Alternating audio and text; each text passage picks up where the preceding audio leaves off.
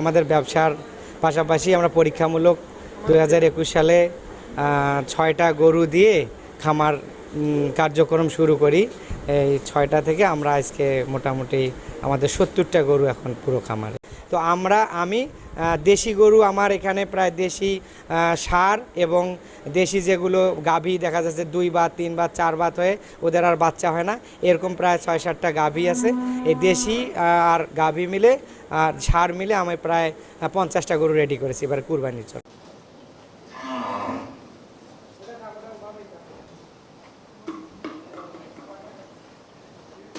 এইবারে মোটামুটি 50টা গরু আমরা কোরবানির উদ্দেশ্যে প্রস্তুত করেছি। তার মধ্যে দেশি ফ্রিজিয়ান এবং দেশি গাভী রয়েছে।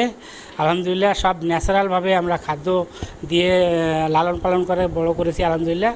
এর আকর্ষণীয় হচ্ছে যে অলরেডি ক্রেতারা আসিয়া গরু পছন্দ করিয়া নাম্বার সিলেক্ট করে গেছে। তারা ইনশাল্লাহ ঈদের আগে আরও ব্যাপক হারে আমাদের আশা করতেছি ব্যাপক হারে কাস্টমার আসবে, ইনশাল্লাহ গরু নিয়ে যাবে প্রতি বছরের নেয়। এবারকার আকর্ষণীয়টা হইতেছে প্রতি বছর হয়তো বা গততে আমরা 30টা গরু বিক্রি করছি, এবারকার 50টার মতো প্রস্তুত করছি আলহামদুলিল্লাহ।